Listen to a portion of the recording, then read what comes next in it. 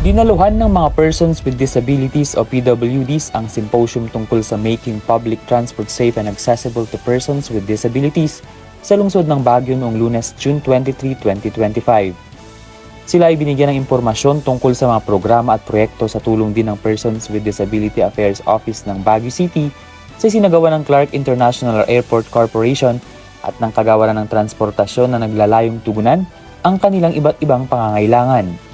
Binigyang din ng mga opisyal mula sa Clark International Airport Corporation at ang Department of Transportation ang kanilang pangako sa inklusibong transportasyon sa isang symposium na ginanap sa Conference Hall ng Baguio Health Services Office. Ang kaganapan ay nakatuon sa pagkakaroon ng ligtas at pagpapadali ng pampasaherong transportasyon para sa mga taong may kapansanan. Binigyang din ni CIAC President at CEO Joseph Alcazar ang kahalagahan ng ligtas na paglalakbay na sinalamin ang panawagan ni Pangulong Ferdinand Marcos Jr.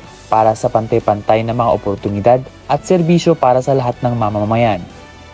Sinabi ni Alcazar na ang ahensya ay gumagawa ng Integrated Universal Designs and Principles sa mga proyekto ng infrastruktura sa mga pasilidad na pinamamahalaan ng CIAC tulad ng Clark Airport upang mapalaganap ang isang kapaligirang pabor para sa mga PWD. Sabi ko nga po, kami po nagtutulungan para may babahagi sa mga tao ang mga programa ng pamahalaan na hindi sa utos sa ating Pangulo na pabutihin at ayusin ang buhay ng mga ating mga kababayan, lalo ng mga PWD. As presented din na by DOTR, priority at top layer ng ating mga tao sa ating road network is per hour versus minutes. Bilang bahagi ng Corporate Social Responsibility o CSR ng CIAC, ang symposium ay umaayon sa pagsisikap ng DOTR para sa mga inklusibong patakaran at infrastruktura ng pampasaherong transportasyon. Ang CIAC officials ay tinalakay ang mga patuloy na pagpapabuti sa Clark Airport kabilang ang pakikipagtulungan sa mga private sectors upang magdagdag ng higit pang mga pasilidad na angkop para sa mga PWD. Samantala, dinitalya ni Alexis Gabriel Doroteo ng Road Transport and Infrastructure Office ng DOTR ang iba't ibang proyekto at patakaran na inilulunsad upang mapabuti ang accessibility ng mga kalsada at transportasyon para sa mga PWD.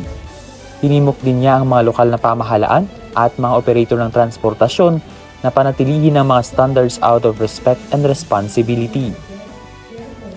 Ang mga lokal na kalahok kabilang ang mga PWD at ang kanilang pamilya ay naghayag ng kanilang mga alalahanin tungkol sa mga pang-araw-araw na hamon na kanilang nararanasan kapag gumagamit ng pampasaherong sasakyan.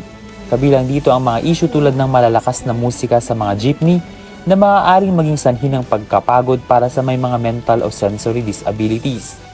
Whether we like it or not, discrimination is still there. Kung paano yan. And then, the point is, when you try to adapt and change, that costs money.